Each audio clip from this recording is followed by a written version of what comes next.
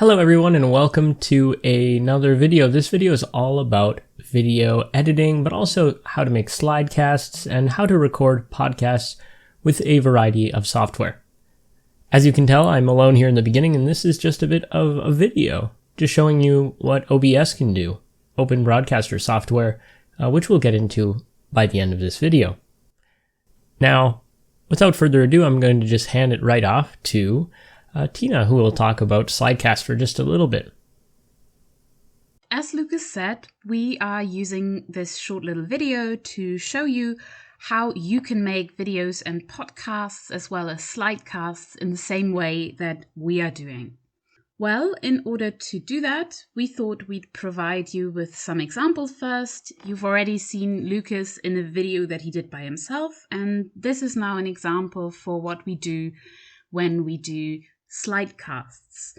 Basically, what I've been doing is I've prepared a PowerPoint presentation, and you can see the slides right now.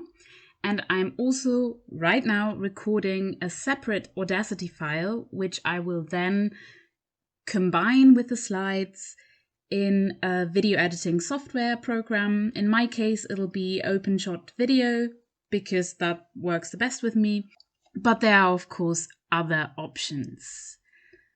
So before I let you go on to the next example, let's use this little slidecast to give you an overview of our agenda. Well, first we're going to give you some video and audio examples, which we are doing right now, and also tell you what methods we've been using to make them. Then we will talk about various other methods of making podcasts and videos, and eventually we'll do a screen share via Zoom recording to show you some of the programs that we've been using so far. But maybe you don't want to do a slidecast, but a podcast. In that case, you would just use the Audacity audio file, edit it as you see fit, and we'll show you some examples of that later on. And then you could upload this audio file to whatever podcasting platform that you prefer. If, however, you wanted to upload it to YouTube, as we've been doing with some of these videos, most of them really, you would probably need some kind of still image to accompany it because YouTube is a video platform. So those would be some of your options for doing a podcast on your own. There are, of course, other possibilities. You could just use your smartphone, for example, or you may even have a fancy microphone yourself that you can use for that podcast. So you've now seen a couple of examples of how we can do videos, podcasts, or Slidecasts. And we are right now doing a Slidecast together by recording our Zoom meeting together. And at the same time also recording Audacity, which we will then cut together in post-production. The way we are using all these different programs is something that we'll show you via screen share, but right now we just wanted to show you how we are doing these videos or some videos together. Lucas, why don't you say something so that they know that it's not just me rambling on? As you can see right now, I believe we're looking at a slide, right? That's right, yes. If you're deciding to go the extra mile like we do, we'll sound a lot more like this. The quality of our voices is a lot different. You can probably hear a little bit more of a room effect. And you can hear that my voice at least has a bit more tenor and bass to it.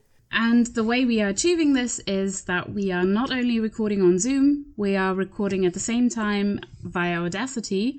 So that means that I'm recording my own voice and Lucas is recording his. And in the end, we'll have to cut all of that together. In order to be able to synchronize this, we both clap at the beginning of a video, like this. Of course, you won't ever hear that, because we always cut this out before. But it's important because we use it to synchronize the audio in a quick way. It doesn't take very much time to actually synchronize the audio because we have these claps. So that would be an option that you could choose as well if you were doing something together, if you were recording a slidecast together, because then you could just talk together on Zoom, cut your audio together to have a better quality, and then overlay this with your slides via a video editing program, which we will show you later on.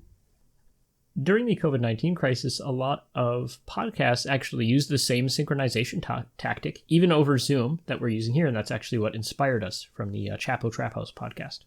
Now, you'll notice for this video, most of it is going to be in the mono from Zoom. And that's because that will save us a lot of time in editing. As we will demonstrate to you in a bit, there are ways that you can edit your videos and also retain excellent audio quality, but it actually requires you to make essentially 2 videos, and that's a lot of work. So while we're still on this Slidecast version of us, where you don't see us, but the Slidecasts, I thought we might go over some of the options that you have in theory, since I've prepared a nice little presentation that you can have a look at. You can do it the way that we just described, which is relatively work intensive, especially in post-production. I think you agree with me on that, Lucas. Oh, definitely. It usually takes us, when we make a video that's 30 minutes long, around 2.5 hours probably to do all of the editing and changes and fixing our mistakes as we go along. That's right. But if you were just preparing a video for a class presentation, you may not want to do that. Personally, I think recording Audacity and using your PowerPoint slides as images and put them together in a video editing program is probably more convenient than just using the PowerPoint video presentation recording tool, but you can also do that. It may seem very easy at first, but it can also lead to a couple of technical problems.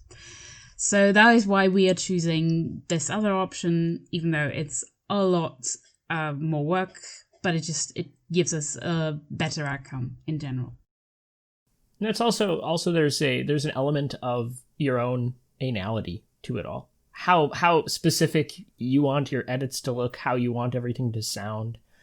That adds a lot to the editing process. So if you are the kind of person who's very like, I really don't like that I click my tongue in a video, then you're going to be probably doing a lot more edits than somebody who doesn't care.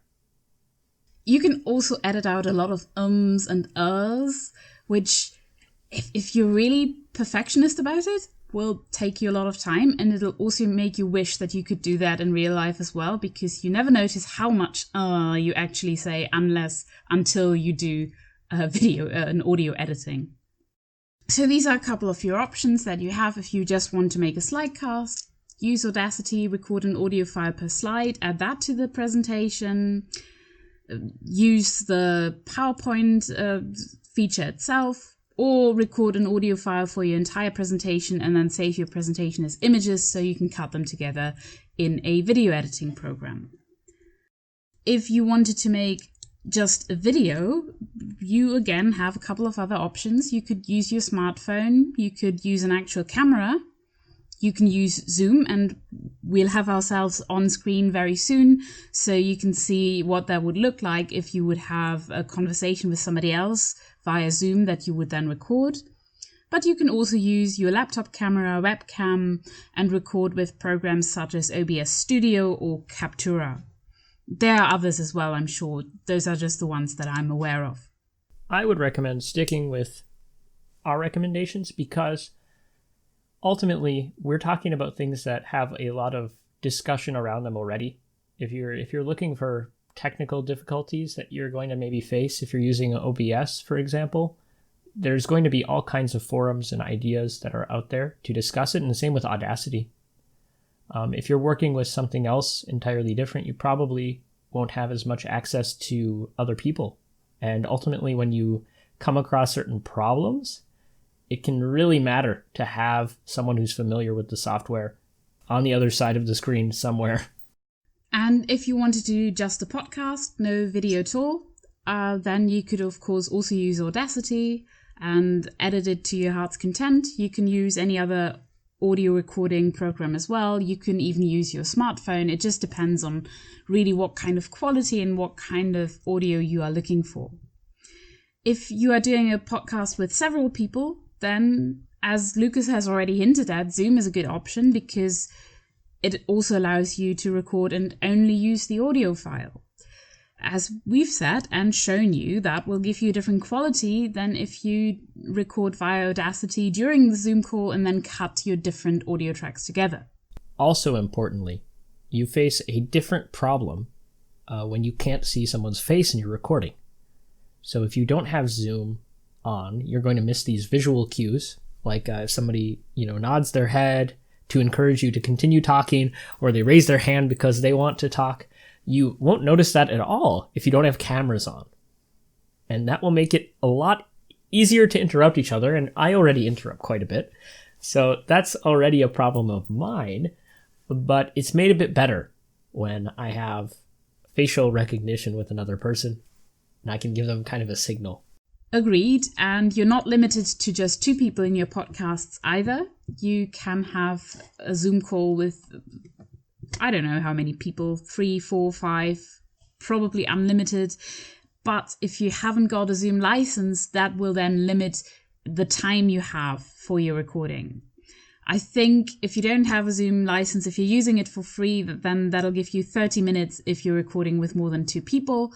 But really, that could be an advantage, because I know Lucas and I, right?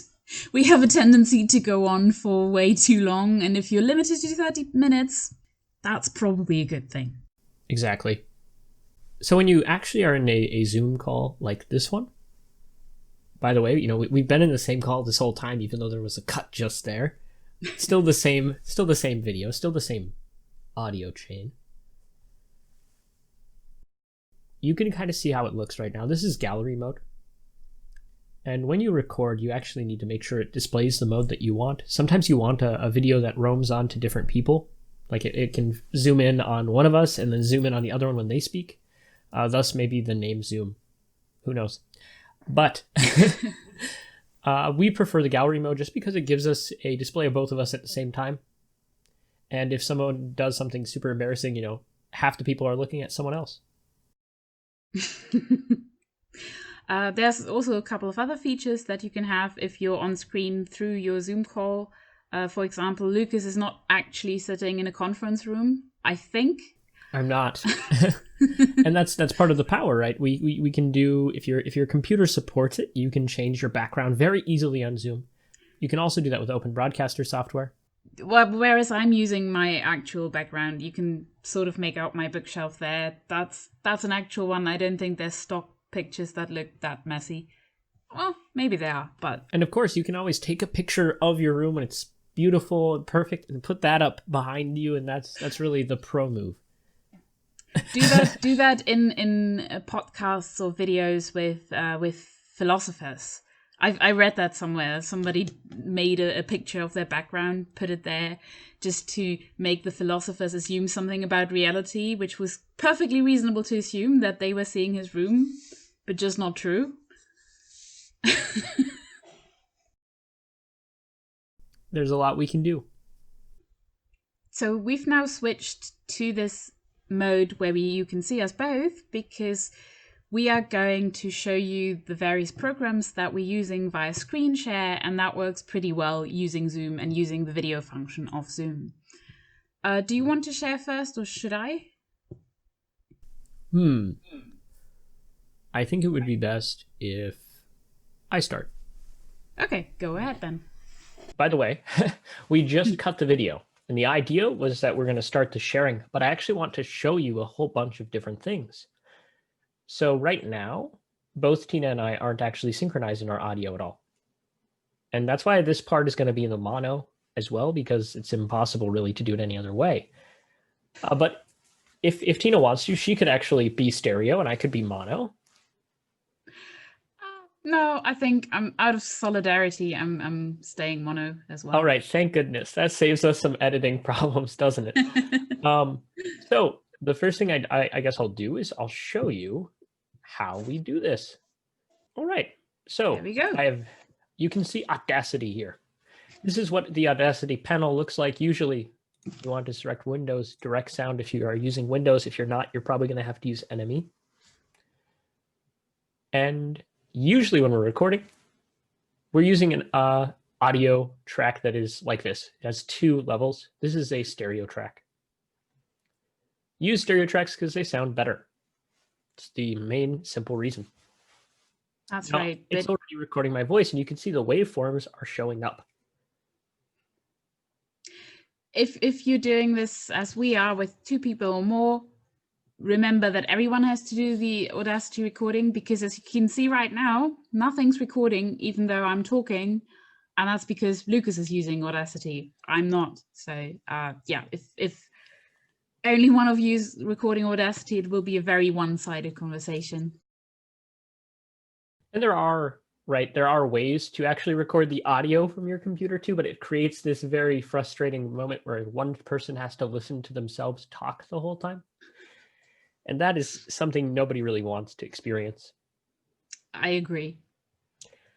Usually at the beginning, but we can do it right now, of a video, the person who records, so everybody who's recording really, should wait about 5 seconds. You'd be like, why would you do that? Why did you just wait 5 seconds? What was the point? Well, I'm going to stop this video. And you can hear this. And if you look right here, you can hear sounds happening. There's sounds that are happening in the background of where I live. Every room has some sounds. That's just part of life. And when we use Audacity, we often go to Effect. We go to Noise Reduction. In German, I'm sure it has a different name. That's right. I was just about to supply that name. It's Rauschverminderung. And we recommend you open that and get a noise profile of a short 4 or 5 second area. You can select all of your stuff. I just use the shortcut, but you can just double click on it. There's a whole bunch of options. And then you just run it again. You hit Effect, Repeat, and it will run the effect. And now if you listen to the same section, beautiful, nothing. And this applies to the whole clip. So it applies to even when you're talking, and it cuts out that noise. This is really useful because it allows us to hear the audio and not get too upset or too alarmed. You'd be like, why would you do that? Why did you just wait 5 seconds? What was the point? Well, I'm going to... And that sounds fine, right?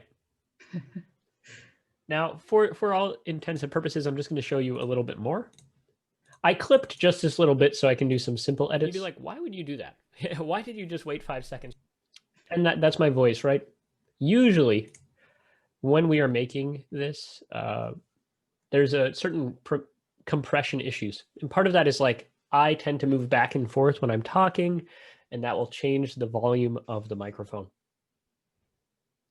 Now, Zoom does some compression on its own. So if you're using the mono, that's not really an issue at all. But if you're using a stereo recording on your own, you're going to have problems like that. So usually we'll run a compressor.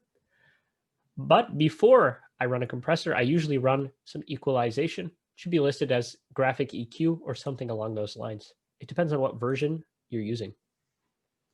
And what language. Of course. I usually run a bass boost. We can listen to that. You'd be like, why would you do that? Why did you just wait 5 seconds? What was... And you can tell there's already a noticeable change. There's a bit more a boomingness to my voice. And if we run it one more time, this time... You'd be like, why would you do that? I accidentally hit preview. Even we make mistakes. And you run a treble boost too. And if you listen to that, you'd be like, why would you do that? Why did you just wait 5 seconds? What was there? Really is a whole difference in the sound. And you also notice, I'm going to zoom in. You can zoom in with your control key just like you would normally, or you can do it with the zoom feature over here. I noticed at the beginning I made this sound. Like, what? That little that I was talking about. Now, if I want to get rid of that, I can just delete it if I want to. That's one option. Or if it would be awkward, which it often is awkward to delete something, you can silence it. These are your two options. Now, if you do that, it's gone. You'd be like, why would... Wonderful. Beautiful. Now, as I said, we tend to run compression as well. So usually you'll open a compressor. It's in the effect menu as well. The default settings are pretty much fine. You can look into this stuff in much greater detail on your own. But when you compress, you'll notice that it changes the audio's volume drastically. You'd be like, why would you do that? Why did you just wait 5 seconds? What was the point? Well, I'm going to... And that is way more clear. It's much more clear than how I normally talk. I talk in a very low, quiet voice most of the time. And even when I'm straining my voice, I don't sound as loud as many other people. So compressors are extremely useful for me, but they also help when you have more than one speaker. You ultimately want to compress your audios, somewhat at least, so that the two speakers don't sound wildly different. So I'm going to show you guys a kind of little experimental bit. So let's pretend the mono track down here, that's the bottom one. It's just a single track. That's our Zoom track. And in our Zoom track, we have two claps. Oh, whoops.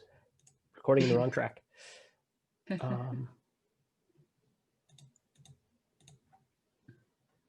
our Zoom track, we have two claps. Oh, whoops. All right, so here we are. Clap one, clap two. Now, the beautiful thing about that is usually when we're recording, we have two different speakers. We're just going to simulate this all as me, which is going to be perfectly awkward, but it's going to work great, I'm sure. That was clap one in theory, right? I just clapped again, I know, but we're going to pretend it's clap one. The audio will get shipped to the person who edits it, and they're going to see that first clap. And I'm going to do another clap over here. And this clap is clap two. Normally that would be me. Yeah, so we've got, the Tina track and the Lucas track. That's right. Now, how do we line these up? It's actually pretty simple. You tend to zoom in a bit, and you try to match these claps up. You might need to move one of the tracks higher to make it easier to see. And you can zoom in as much as you need to. And you can look, the waveforms of my claps are almost identical. It's almost like I am the same person. You might want to choose like that very entrance, that attack, as the place where you kind of synchronize it. Now, these are different claps, so they won't sound exactly the same. But normally, when you synchronize, you can listen. Clap one, and you could hear, yeah, the first claps, these two claps almost sound the same. It almost sounds like one. And that means that you've succeeded in synchronizing it to one of the tracks. Now, of course, you've got a second track. And we also have a second clap. There's our second clap, right? Mm-hmm. The claps are really nice because they're really, really big. You can notice them. And we've got to go find our second clap. It's over here somewhere. I'm just dragging because I know there is some audio to get rid of. There it is. Whoa, it's so far away. Okay.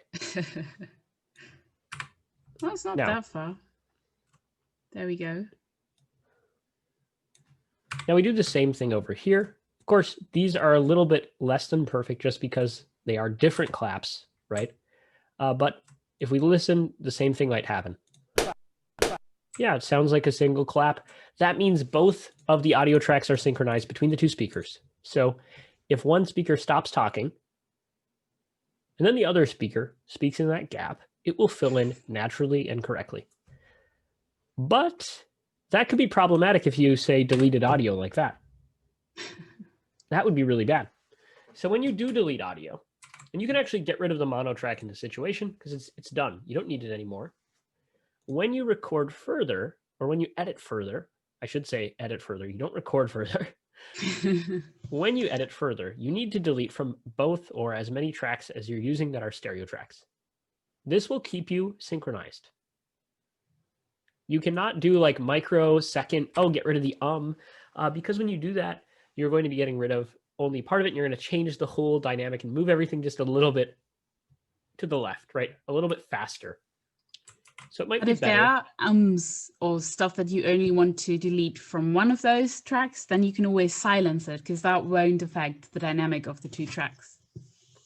Yeah, but our speakers tend to not talk at the same time, usually. True. So we can delete it too. It's an option.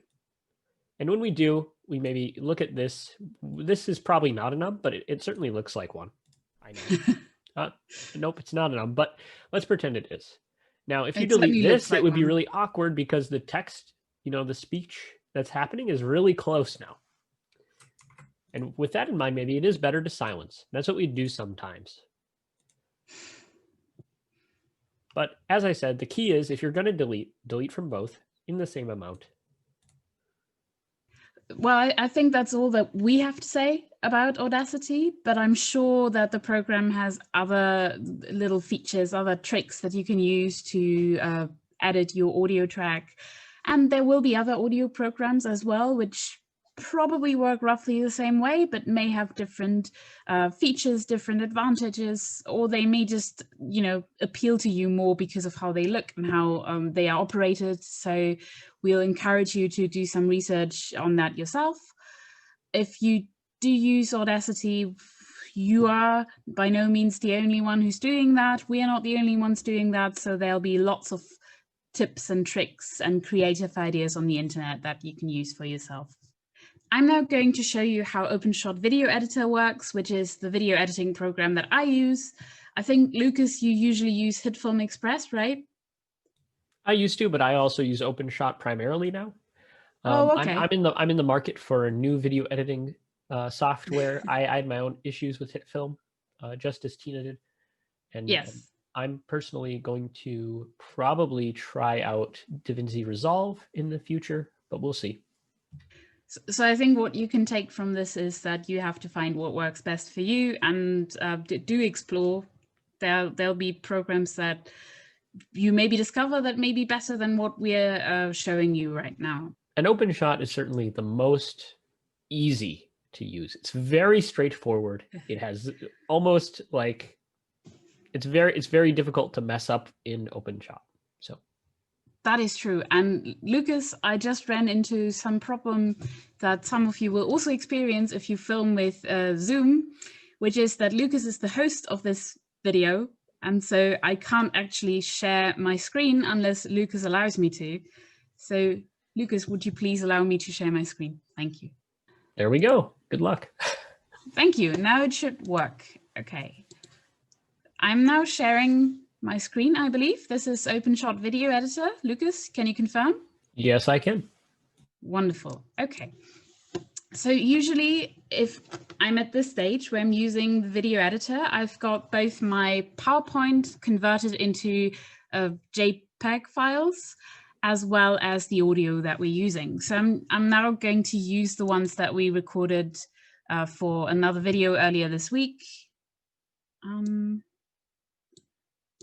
That is, if I can find it. There we go.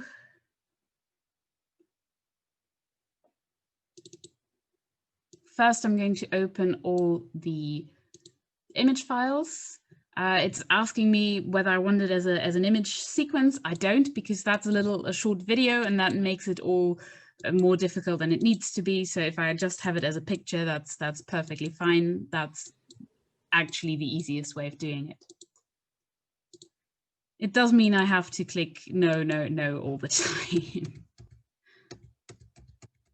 But there we go. That's what we need to do. And you can see this one's a very long slidecast, and the video was accordingly very long.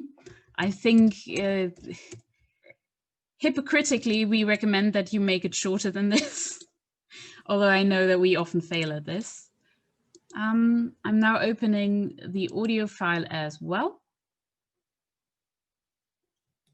And just a small note, usually when we have the audio files, one thing that we do is when we edit the audio, we write down at which point slides change.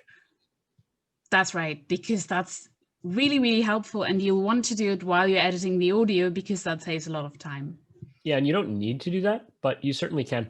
Another thing you can do is look at the waveform, which we'll do as well here. So you can see here, those are the tracks that I can use. I'm only going to need 2 right now, so I'm going to remove all the others just to make this a bit easier. So I'm going to put the audio file here. And then I'm going to go to the first slide that I have, a picture. And I know now when the second slide is supposed to start, because as Lucas said, we've written that down previously. So I'm going to move this little marker, which shows you where in the clip you currently are. It shows you the seconds here, and I've written that down. So let's say slide 2 starts at 23 seconds, 9 milliseconds. It doesn't have to be that detailed. That's just the kind of detail that this gives you. And I'll draw the image till here. And I can then put in the other image. And you can just keep going that way. Now, That's regarding right. regarding waveforms, I actually don't know if Tina knows this trick. So Probably not. So do tell me. so if you right click the audio Yes. and you hit show or probably on Saiga then. Down. Oh, yeah. And Oh, you yes, say yes, yes. show the curvent form. That's It will right. actually show you the exact waveform of the track. And so sometimes when we have slides, we actually have natural pauses. And you can see them on the track, and that can help even if you have the times written down to get the perfect moment. Of course, this could also just crash your open shot. It looks like it's lagging a bit. And we're back. It just took a moment, guys. But here we have the waveform, as Lucas said, and we do have pauses here. This is a very long pause. I'm guessing that this is probably the pause we made for the clip that we added into this video. Yeah, probably. So that's also a thing that you can do once you have a video. You can also edit it, obviously, with OpenShot Video Editor. So I'm going to show that to you as well. So you don't have to work with audio and PowerPoint slides. You can also work with videos that are already videos. Not going to save that because I don't need it. Just gonna try and find a good example.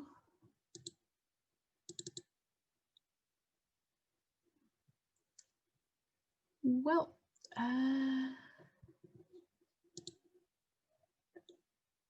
there we go. That's the one that we were working on anyway. So that's the video that I've just used as an example anyway. Again, I'm gonna remove the tracks that I don't need just to make it more easy to look through. There we go. This is the video.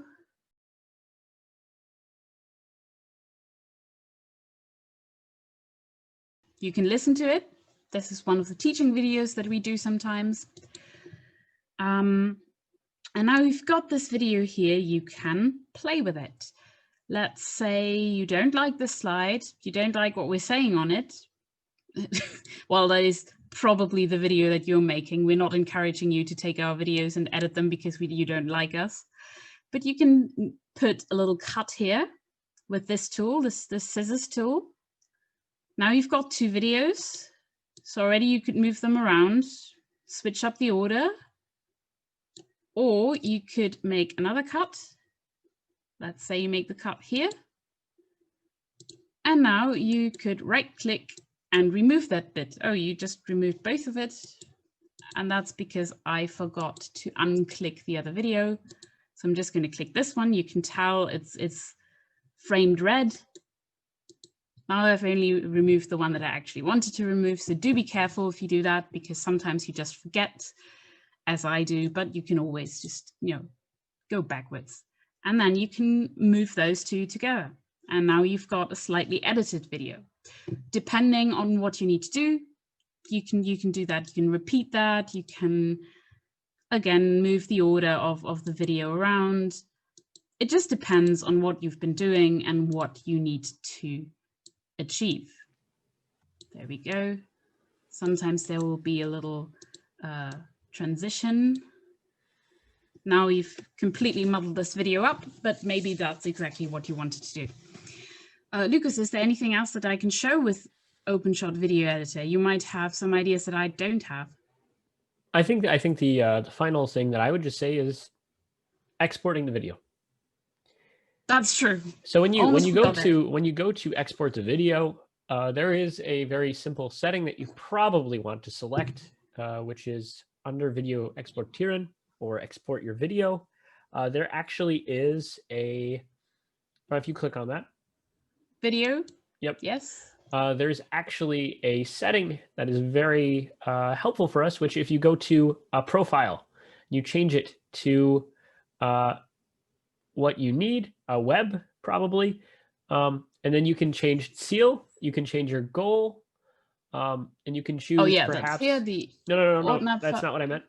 Oh no. Oh okay. Oh, No. this one. Okay, Yeah, sorry. yeah. You can Yes. actually choose if you want to upload your video to YouTube. It will give you the ideal YouTube setting, based on your computer. You can of course change the video profile even further. I would recommend doing that if you need to, but those are some tricks, and this actually varies depending on which version of OpenShot you have. I have different stuff that pops up here, but possibly here, like the yeah, no.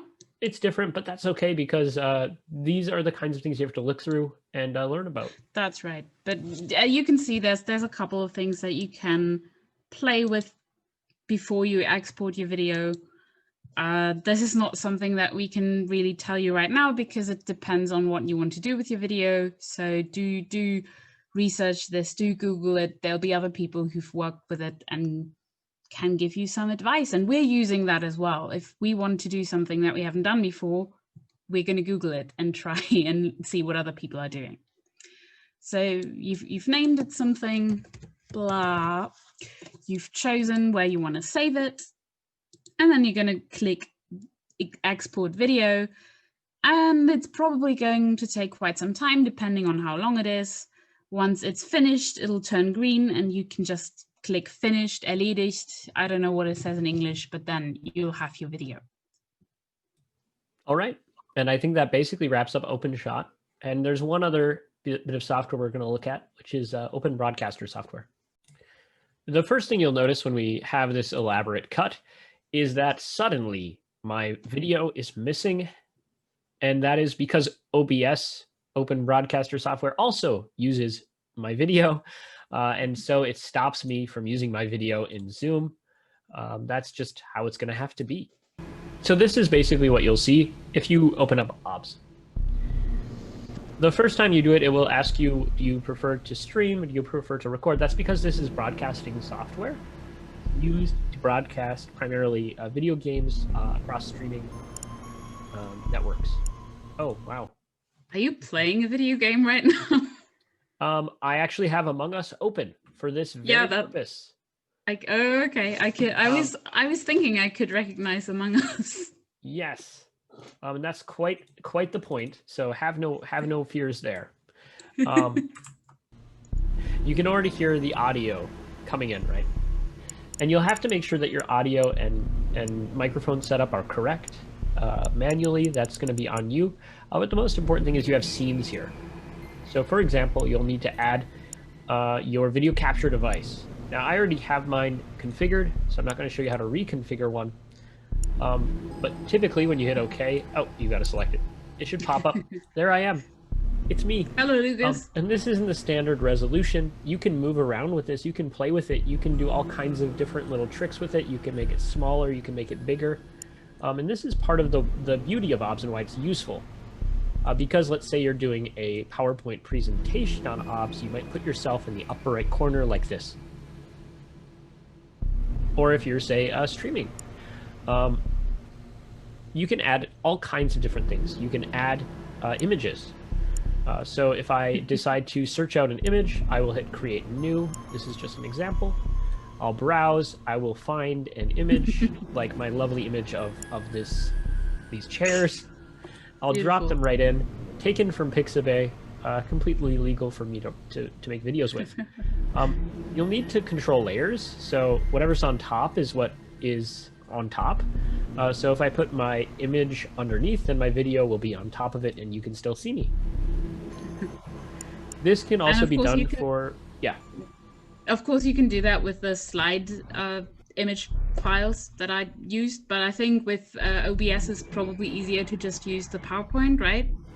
Yeah, you could use a PowerPoint itself. That's totally doable, especially if you have two monitors. That's quite easy. Things get more complicated if you have one, but it's still doable. You can even make a video of your PowerPoint. What were you saying, Tina? Oh, just that I confirm that it's possible with just one screen, because I only have the one and I can still do it. And you can actually capture different windows as well. So in this case, I could capture my window from earlier of Audacity. if it's still open, but I don't see it. Oh no. You can probably capture a Zoom meeting.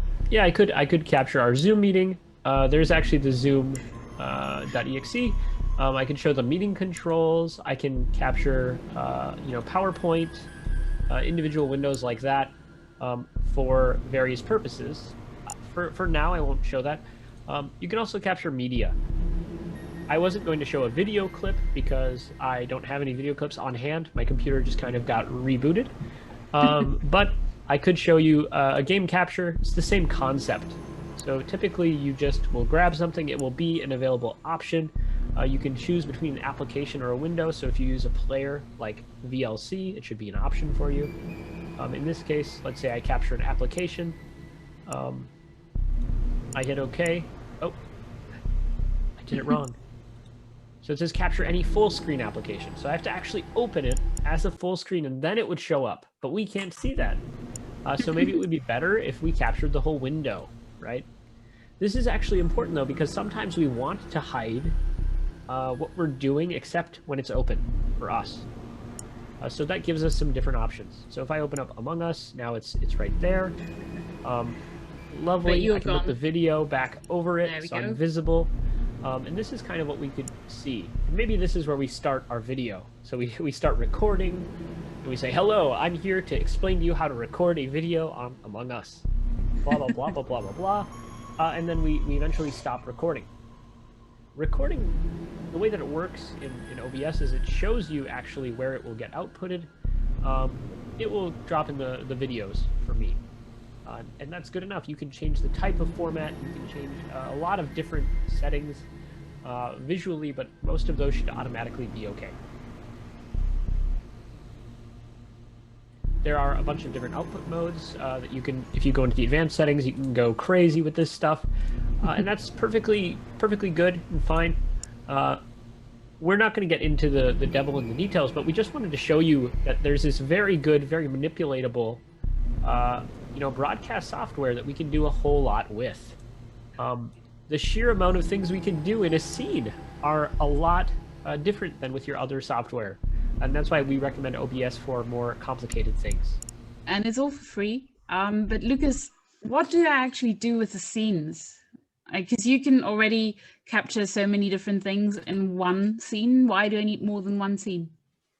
Well, sometimes we might want a scene that zooms in on us, for example. So that's what my scene 1 does. It zooms in on me. So, we're in that point in that video where we want to show me and what I'm saying. We zoom into me. We can go back to the, this scene. We can set up a whole array of different scenes. For example, if we're doing PowerPoint, we could actually do each slide as a scene. That's an idea that just occurred to me, but I think it would actually make it really easy. You could use images. You could simply use every scene to tell the whole presentation, and that could be great. But I think you could also set up PowerPoint in the reading view, and then you can just click through it and have it as one scene where you just, as you would in an actual presentation, right? Yes. I apologize for the collateral noise right now. There are children outside and housemates doing things. But of course, that's part of the recording experience as well. When you record, you're going to need to be extra careful about all these different factors, many of which are outside of your control. I hope, though, that what we've showed you so far with OBS is basically a doorway of new ideas and creativity that you might be able to set up yourself and do a whole lot with. Yeah, do explore, because there are a bunch of different options that we can't get into in some detail now, but you can experiment. Yeah, there's even studio mode where we can do all kinds of other finicky stuff, but that's outside of the scope of what we're talking about. So thank you very much, and I hope that helps you to understand OBS. That's right, and now we've got some tools to your availability with which you can make videos and podcasts.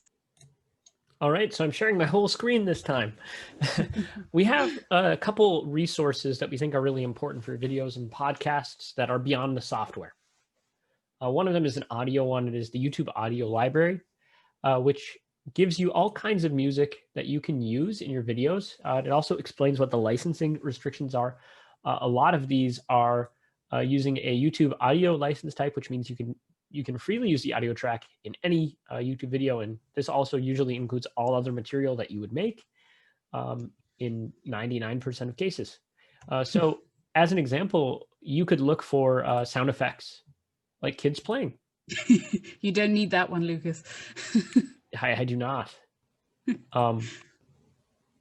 I also just realized I didn't have the sound on. There we go. Now there's sound too. All right. So, if you want to hear a truck driving, you can play that sound.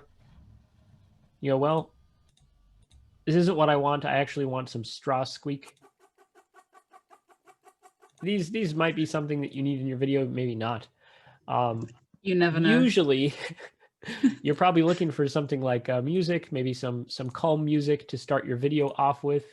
And you can search based on mood. You can search based on genre. So maybe you want to find a calm, classical song to begin with.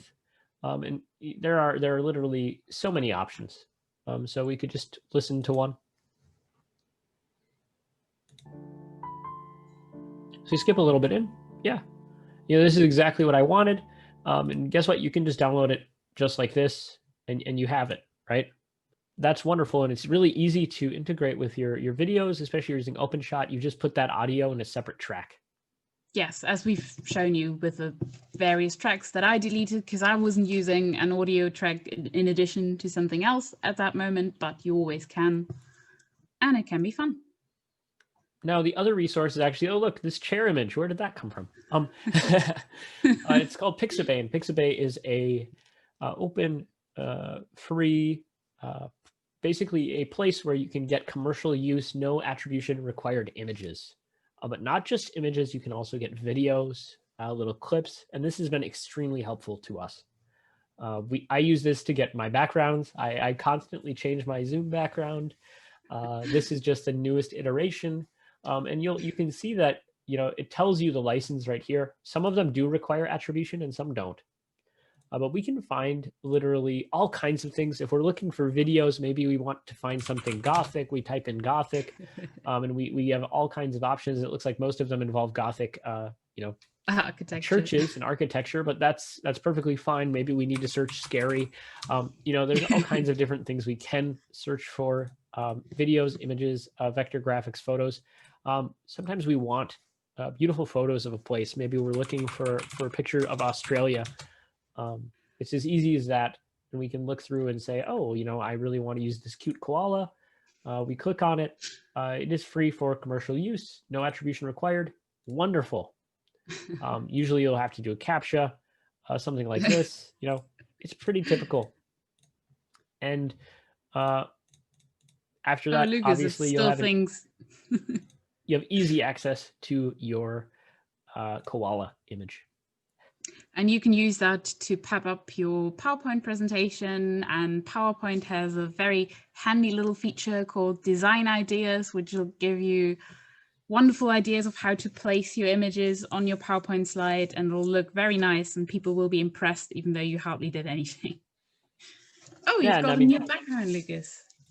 Didn't know you had a pet koala. I do, and it's just as easy as that. You can pop it right behind you. You can pop it into your presentations. There's really a lot that Pixabay and YouTube Audio Library can do for you. We definitely recommend them as ways to spice up your podcasts or to make your YouTube video more beautiful, your presentation. So we hope that these resources, all of them, and the software, have done what they need to do to help you out to know how to make a video on your own. So good luck, have fun playing with all these things. And I think that's it from us. Yep, bye-bye. Bye.